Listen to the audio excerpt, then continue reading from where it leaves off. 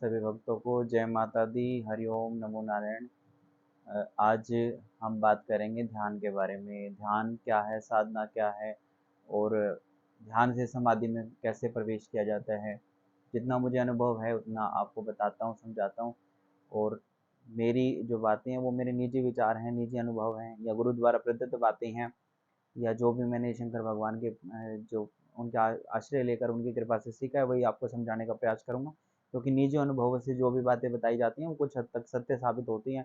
और जो आपका अगर किसी भी प्रकार का आप आध्यात्मिक मार्ग में अगर आप चल रहे हैं तो आपके लिए वो सहायक हो सकती हैं। क्योंकि बहुत सारी मोटिवेशनल या आध्यात्मिक मार्ग की जो ऐसी वीडियोस मैंने भी खुद भी देखी हैं जिनसे बड़ा इंस्पिरेशन मिलता है और जो है हमें आध्यात्मिक मार्ग में चलने के लिए बड़ा अच्छा अनुभव होता है। तो आपको बता रहा हूँ कि ध्यान क्या होता है। कहते हैं कि निराकार परमात्मा का ध्यान करना चाहिए। अब निराकार परमात्मा कौन है? जब तक हमें साकार परमात्मा का अनुभव नहीं होगा तब तक हम निराकार परमात्मा तक नहीं पहुँच सकते। अब साकार परमात्मा जो भी हमें देवी देवताएं जो दृष्टिगोचर हैं उसी को साकार जो जीवन माना गया है, साकार देवी देवता माने गए हैं। साकार जिनका कोई आकार है, जिन्होंने एक आकार एक धारण किया है, जो एक विशेष आकृति रूप में प्रकट हैं, जैसे शंकर भगवान हैं, वो त्रिशूल डमरू हाथ में लेके प्रकट हुए हैं। तो वो साकार स्वरूप में है। और उन्हीं का निराकार स्वरूप जो माना जाता है, जो शिवलिंग उनका प्रतीक स्वरूप माना जाता है, उसी को निराकार पार ब्रह्म परमात्मा कहते हैं। अब हमें ध्यान किसका करना चाहिए? बहुत सारे लोग कंफ्यूज रहते हैं। ऋषि मुनि साधु महात्मा संत जन जिससे भी आप ज्ञान लेते हैं, समस्त गुरुजन यही बताते हैं कि आप ध्यान करें, ध्यान करें। लेकिन हम हमेशा चिंतित रहते हैं कि हमें ध्यान किस चीज़ का करना चाहिए, किस चीज़ पर विशेष ध्यान होना चाहिए। हमें अनुभव ही नहीं होता, हमें पता ही नहीं होता कि हमें ध्यान करना कहाँ है। तो ध्यान का एक मूल यही है कि अपने मन को एकाग्र किया जाए। आप अपना मन को एकाग्र करके एक चित्त होकर, मन में किसी भी प्रकार का कोई विचार नहीं आना चाहिए। तब आप किसी भी चीज़ पर अगर ध्यान करते हैं, आपकी दृष्टि सिर्फ एक ही चीज़ पर रहनी चाहिए, या आप अंतर्दृष्टि से मतलब आप आंख बंद करके अंतर्दृष्टि से एक ही चीज़ पर जो बार बार फोकस करते हैं उसी को ध्यान बोला गया है। बहुत सारे लोग जो सजीव प्राणी बताते हैं कि ध्यान हम श्वास के माध्यम से भी करते हैं, कि लोम विलोम करते हैं, कि श्वास का अंदर आना और बाहर जाना, ये इस पर भी ध्यान किया जाता है। तो हमें दिखता है कि हमारा श्वास है जो आज्ञा चक्र की तरफ बढ़ रहा होता है, और धीरे धीरे हम एक बिल्कुल शून्य हो जाते हैं। हमारे अंदर कोई भी विषय या विकार का या मोह का हमें प्रतीक नहीं हो, हमें कोई भी ऐसा प्रभाव हमारे ऊपर नहीं होता है, और हम धीरे धीरे शून्य हो जाते हैं, बिल्कुल शांत स्वभाव में चले जाते हैं। और उस अवस्था में हमें बैठना या उस अवस्था को हमें हमें अनुभव करना बड़ा सुखदायक हम हमारे लिए महसूस होता है। यह एक ध्यान का और भी माध्यम बताया गया है कि कहते हैं साकार ध्यान से निराकार परमात्मा की तरफ ध्यान करना। तो साकार ध्यान क्या है? साकार ध्यान है कि आप किसी मूर्ति पर ध्यान करें, एकाग्रचित होकर। मन में कोई भी विकार आता है आप उसको हटाए कि नहीं, मुझे ध्यान करना है। आप मेरे मन में कोई विकार नहीं आना चाहिए। भगवान से प्रार्थना करें, गुरु नाम संकीर्तन करें, गुरु नाम लेकर आप किसी मूर्ति के ऊपर ध्यान कर सकते हैं। उसको आप एक टक निहारते रहें, निहारते रहें। और आप जैसे देखेंगे कि आपको एक अद्भुत सा आनंद प्राप्त होने लग गया है। और वह बहुत सारा आप अभी मैंने देखा है कि मार्केट में भी आती हैं बहुत सारी एक ऐसी तस्वीरें होती हैं जिनको ध्यान के लिए ही स्पेशल रूप से बनाया गया है। जैसे छोटे-छोटे उनमें अलग-अलग देवी-देवताओं के चित्र होते हैं, और जब आप उनको ध्यान से देखते हैं तो उनमें ओम की आकृति उभरती है। लेकिन वो जो ध्यान के लिए बनाया गया है उसमें भी बड़ा एकाग्र ध्यान हमें चाहिए होता है। बार-बार हम उसी चीज़ पर फ़ोकस करते रहें कि यहाँ पर ओम की जो आकृति है वो बढ़ती है। तो बा जब आप एक आपका जो मन से विकार हर प्रकार के हट जाते हैं तो आपको वो ओम की आकृति उभरती हुई दिखाई देती है। लेकिन जैसे ही आपका ध्यान हटता है वहाँ से, तो तुरंत वो जो ओम की आकृति है वो गायब हो जाती है, और जो साकार स्वरूप जो उस तस्वीर का है वो आपके सामने प्रकट हो जाता है। वो आपको वही जो नॉर्मल जिसको दिखाई देता है वैसे ही दिखाई देने लग जाता है। तो जब आप किसी मंत्र पे ध्यान करते हैं, सबसे बड़ा बताया गया कि अगर आपके किसी गुरु द्वारा प्रदत्त है, मंत्र आपको प्रदत्त है, ये गुरु से आप दीक्षित हैं, तो गुरु मंत्र जो है, आप पहले उसका वाचिक जाप करें, आप उसको बोल-बोल कर जाप करते रहें। फिर आपको जैसे धीरे-धीरे जब आपको उसका उसका अभ्यास होने लग जाता है, तो आप उपांशु जाप कर सकते हैं कि होंठ हिलते रहें और आप धीरे-धीरे उसका जाप करें। जब आपको ऐसा लगे कि मुझे ये पूरा कंठस्थ हो चुका है, मेरे अंतर्हित ये समाहित हो चुका है, तब आप उसका मानसिक जाप कर सकते हैं। इसी को ध्यान बोला गया है कि आप मन ही मन उस मंत्र का उच्चारण करते रहें। तो वो जब मंत्र पर आपका ध्यान लगना शुरू हो जाता है तो आप जो साकार ध्यान में आप में जो है पारंगत हासिल कर लेते हैं, तब आप निराकार ध्यान पर की ओर जा सकते हैं। इसमें बताया जाता है कि जब हम ध्यान करते हैं या कोई भी साधना करते हैं, तो हमारे जो 7 चक्र होते हैं वो जागृत होने लग जाते हैं, जिनमें मूलाधार चक्र, स्वादिष्ठान चक्र, आज्ञा चक्र होता है। तो जब हमारा विशेष रूप से जब हम हमारी जो किसी साधना की या ध्यान की जो हमारी शुरुआत होती है, तब हमारा जो पीछे की तरफ जो मूलाधार चक्र होता है, उससे शुरुआत होती है, तो वो कहते हैं कि वहाँ जो कमर की तरफ बहुत पेन होता है, दर्द होने लग जाता है। तो वो धीरे-धीरे जैसे हमारे चक्र जागृत होते हैं, तो हमें अलग-अलग प्रकार की अनुभूतियाँ होने लग जाती हैं। हमें कई बार ऐसा होता है कि हमारे मुख से निकली हुई बातें भी सिद्ध होने लग जाती हैं। तो मैं आपको बता रहा हूँ कि जब हमारा पूर्ण रूप से ध्यान जो है हम साकार ध्यान से निराकार ध्यान की तरफ जाते हैं। साकार ध्यान आप कैसे भी कर सकते हैं। भगवान के किसी जैसे राम राम का ही जाप कर सकते हैं, हरिओम नाम का जाप कर सकते हैं, हरिओम तत्सत का जाप कर सकते हैं, ओम नमः शिवाय का जाप कर सकते हैं, और उसको आप जो वाचिक जाप है, उपांशु जाप और मानसिक जाप तक ले जाते हैं, तो वही साकार ध्यान भी निराकार ध्यान में प्रवृत्त हो सकता है। बाकी निराकार ध्यान जो हमें बताया गया है कि आप ओम ध्वनि पर ध्यान करें, ओम का उच्चारण करते रहें। जब आप मन से एकाग्र होकर ओम के का जो जो ध्वनि पर जो आप ध्यान लगाते हैं और आज्ञा चक्र पर ध्यान करें। आप किसी भी माध्यम से देखें, आंखें बंद करके देखें या फिर ऐसे देखें, लेकिन आपका जो ध्यान है यहाँ आज्ञा चक्र पर लगना चाहिए। आपको हमेशा ऐसा महसूस होना चाहिए कि हमारा जो पूरा ध्यान है, आंखें बंद करने के बाद भी हमारा पूरा ध्यान यहाँ पर केंद्रित होना चाहिए। ये हमारा आज्ञा चक्र बताया जाता है, जीवात्मा का निवास स्थान बताया जाता है, और मस्तिष्क को ही पूरे शरीर का जो संचालक करता बताया गया है। और मस्तिष्क के जो केंद्र में हमारा आज्ञा चक्र स्थित होता है, यहाँ पे जब हमारा ध्यान लगने लग जाता है, तब हमें अलग अलग प्रकार के अनुभव होने शुरू हो जाते हैं।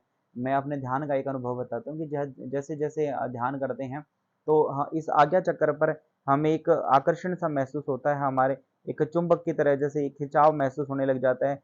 और जैसे ये ऐसा लगता है कि ये बाहर की तरफ आ रहा है और फिर अंदर जा रहा है, बाहर की तरफ आ रहा है, अंदर जा रहा है। यही ध्यान का अनुभव है, और इसी ध्यान से हम हमारा शरीर बिल्कुल शून्य हो जाता है। एक इतना एक सुखदायक आनंद महसूस होता है कि हमें ऐसा लगता है कि हमारा शरीर बिल्कुल हल्का है, और हमें कुछ दिव्य अनुभूतियाँ होने लग जाती हैं। जैसे हमारे मुख से जो भी वचन निकलता है, वो वचन सिद्ध होने लग जाता है। किसी के बारे में हम एकदम से कुछ भी बोल देते हैं और वो बात सत्य निकलती है। और जैसे हम किसी को ऐसे भी बोल देते हैं कि भई आपका ये कार्य सिद्ध हो जाएगा, तो वो कार्य सिद्ध होने लग जाते हैं। मतलब जो पूर्ण पिता परमेश्वर हैं, उनकी कुछ प्रशक्तियाँ ऐसी हैं जो आपके अधीन होकर आपके कार्य करने लग जाती हैं। तो ध्यान के माध्यम से भगवान कहते हैं कि आप कुछ भी प्राप्त कर सकते हैं, और जिसने भी जितना भी ध्यान किया है, उतना ही उन्होंने प्राप्त किया है। कर्मों का फल हमेशा प्राप्त होता है। आप कोई भी कर्म करते हैं, आपको फल अवश्य प्राप्त होता है। अगर आप दिशा में और सही दिशा निर्देश से अगर आप कोई भी कार्य करते हैं, तो उसका आपको फल अवश्य मिलता है। पूर्ण पिता परमेश्वर भगवान शिव साकार स्वरूप में जब शिव के स्वरूप में आए, उसके बाद भी वो आपने देखा कि उनको कभी भी अगर दिखाया जाता है, तो ध्यानस्थ अवस्था में दिखाया जाता है। वो एक जगह बैठे हैं और हमेशा ध्यान मुद्रा में रहते हैं। वो पूर्ण पिता परमेश्वर भगवान निराकार जो उनका स्वरूप है, उसका ध्यान करते रहते हैं, उनका चिंतन करते रहते हैं, जिनसे उनकी शक्ति हमेशा बढ़ती रहती है। तो ध्यान का जो विशेष महत्व मैंने आपको बताया कि अपनी शक्ति को, अपनी ऊर्जा को का जो है बढ़ाने के लिए, ऊर्जा को अपने शरीर के अंदर एक नवीन ऊर्जा का संचार करने के लिए, और ध्यान के माध्यम से आप जो कुछ चाहो वो प्राप्त कर सकते हैं। क्योंकि एकाग्र मन की एकाग्रता ही सबसे बड़ी चीज़ बताई गई है। अगर आप पूरा मन लगाकर किसी भी चीज़ पर कार्य करते हैं, तो वो चीज़ आपको अवश्य प्राप्त होती है। लेकिन उसके लिए हमारा ध्यान कहीं भी भटकना नहीं चाहिए।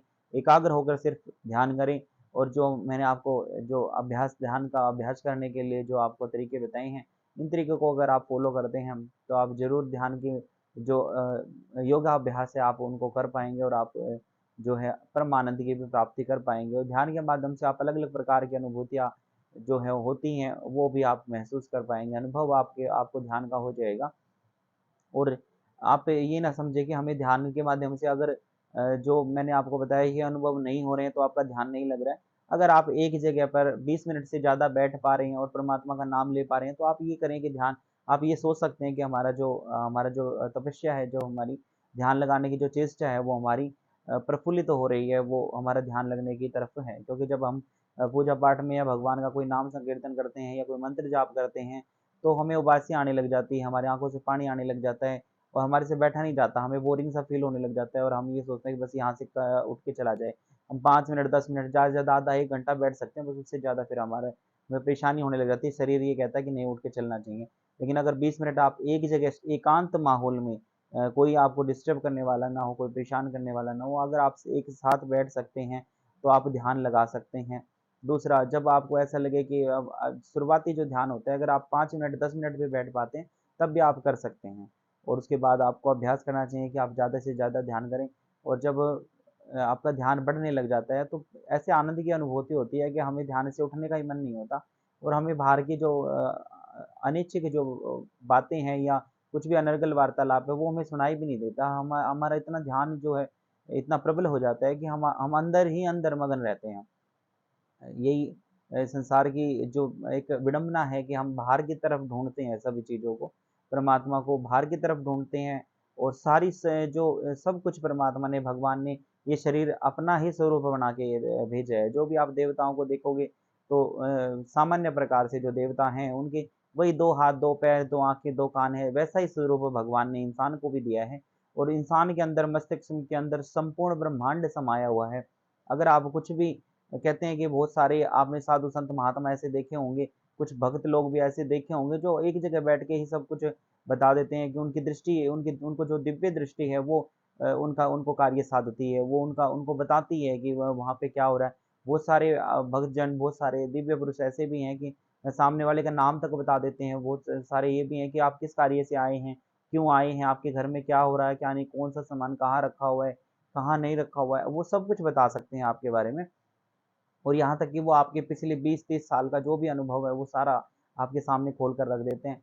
तो उन्होंने कि ये सब कैसे संभव किया? ऐसे आज के समय में अगर आप देखें कि वो पुरानी परंपराएं नहीं है, पूर्ण पुरानी जो नीति है हमारी वो नहीं है, पुराने वेद शास्त्रों का अध्ययन नहीं करते लोग। और उनका कोई ज्ञान जो होता था, ज्ञान विज्ञान जो होता था, उनसे भी हम अछूते हैं, उनका भी हमें स्पर्श नहीं हो पाया। लेकिन फिर भी बहुत सारे भक्त कम मैं तो ये कहूँगा बहुत कम उम्र के भी भक्त ऐसे हैं कि जो ध्यान अग्नि में या ध्यान योग में अपने आप को स्थापित कर लेते हैं, और वो एक जगह बैठकर बहुत कुछ बता सकते हैं एक दूसरे के बारे में।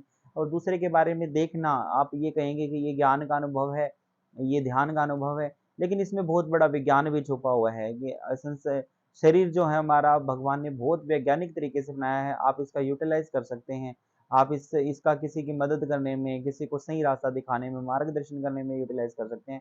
इनफैक्ट आप अपने मार्गदर्शन के लिए आवश्यक इसको यूज़ करना चाहिए।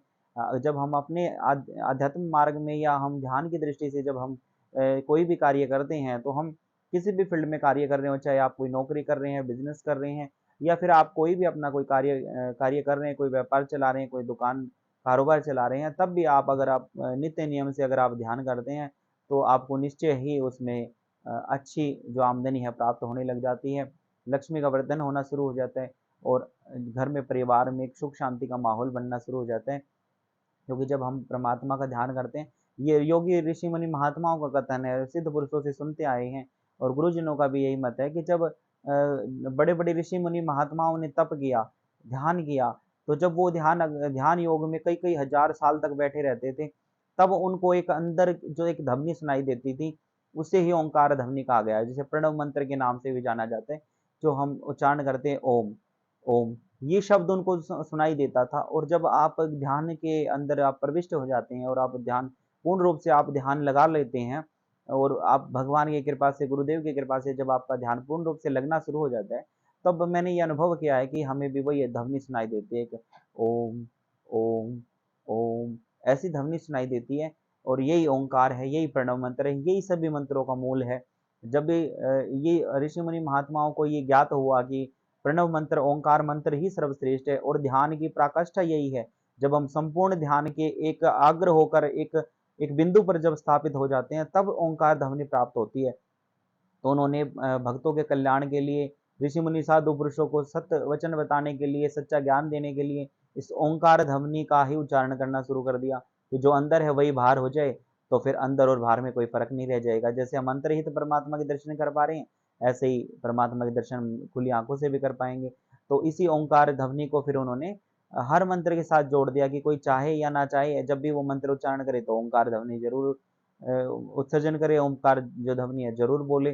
तो ओंकार ध्वनि का जो ध्यान बताया गया सबसे श्रेष्ठ बताया गया, क्योंकि अंतर्हित जब हम ध्यान करते हैं, चाहे आप मुख से कुछ भी ना बोले, आप मन से कुछ भी नहीं बोल रहे, सिर्फ आप आज्ञा चक्र पर ध्यान कर रहे हैं, तब भी एक समय ऐसा आता है कि आपको आत्मा की ही ऐसा आभास होने लग जाता है कि मुझे एक ओम, ओम, ओम ऐसी ध्वनि सुनाई देने लग जाती है। तो वो जो ध्वनि है वही पूर्ण ब्रह्म है, वही परमात्मा है, वही ओंकार है, वही अलग-अलग विभक्तियों के रूप में प्रवृत्त होकर हमें अनुग्रह करते हैं, हमारे ऊपर कृपा करते हैं। तो जो ओंकार का ध्यान बताया गया, सबसे सर्वश्रेष्ठ ध्यान यही बताया गया है। और अगर आप किसी भी प्रकार से ध्यान से संतुष्ट नहीं है, तो सिर्फ़ आँखें बंद करके आप आज्ञा चक्र पे ध्यान करिए। आज्ञा आँखें बंद करके अपने जो दोनों आँखें हैं, उनको यहाँ बीच में स्थापित करें और आप ऐसा अनुभव करें अंदर ही अंदर कि मैं सिर्फ़ आज्ञा चक्र मैं सिर्फ़ इस हिस्से को देख रहा हूँ। आँखें बंद होने के बाद भी आप ध्यान करके मैं इस हिस्से को देख रहा हूँ। जब भी मन में उस समय कोई विचार आते हैं मन में, आप विचार से तुरंत बाहर निकले कि नहीं मुझे इस बारे में नहीं सोचना है, मैं आज्ञा चक्र पे ध्यान कर रहा हूँ। तो आपका निश्चित रूप से ध्यान लगना शुरू हो जाएगा और आध्यात्म मार्ग में जो चेष्टा रखते हैं नवयुवक हैं जो या जो छोटे बच्चे हैं या जो भी इच्छा रखते हैं आध्यात्म मार्ग में ज्ञान विज्ञान सब कुछ है जो जिन्होंने ढोंग पाखंड फैलाया उनके लिए मैं कुछ नहीं कहूँगा लेकिन सब कुछ सच है ज्ञान और विज्ञान सबका समावेश है सत्य सनातन धर्म में और ध्यान और ज्ञान का जो है आपस में बड़ा गहरा संबंध है जब आप ध्यान करते हैं तो ज्ञान जो है सहसा ही आपको प्राप्त होने लग जाता है। आपको किसी प्रकार के ज्ञान की आवश्यकता नहीं होती। एक मेरे को कथन याद आता है कि दादा लक्ष्मी चंद जी ने कहा था कि जो भी हम पोथी वगैरह पढ़ते हैं, किताबें पढ़ते हैं, तो उनसे हमें ज्ञान नहीं होता। ज्ञान का उन्होंने ये बोला था कि ज्ञान का एक झोंका होता है कि वो हवा का एक झोंके की तरह लगता है, वो झोंका लग गया तो हमें संपूर्ण ज्ञान हो जाता है। तो मेरा उनकी बात से मैं कुछ हद तक सहमत हूँ। मैंने ये ऐसा अनुभव किया है और बहुत सारे साधुजन भी बताते हैं कि वो पहले उनका जीवन कुछ अलग प्रकार का था, लेकिन गुरुजनों की श्रेणी में जाकर, गुरुजनों के सानिध्य में पाकर उन्होंने जब ध्यान आरंभ किया, जब मंत्र उच्चारण आरंभ किया और प्रणव मंत्र पर जाप करना शुरू किया, तब उनको ध्यान के माध्यम से ये ऐसी-ऐसी जागृतियाँ होने लगी, ऐसी-ऐसी चेतना आने लगी उनके मन में, ऐसे-ऐसे ज्ञान का उनके अंदर से प्रादुर्भाव होने लगा कि उन्हें ये समझ में नहीं आया कि इन प्रकार की किताबें मैंने कभी पढ़ी नहीं है, कोई धर्मशास्त्र ज्ञान मैंने पढ़ा नहीं है, तो ऐसा वास्तविक ज्ञान मुझे कैसे प्राप्त हो रहा है, वो आश्चर्यचकित रह गए।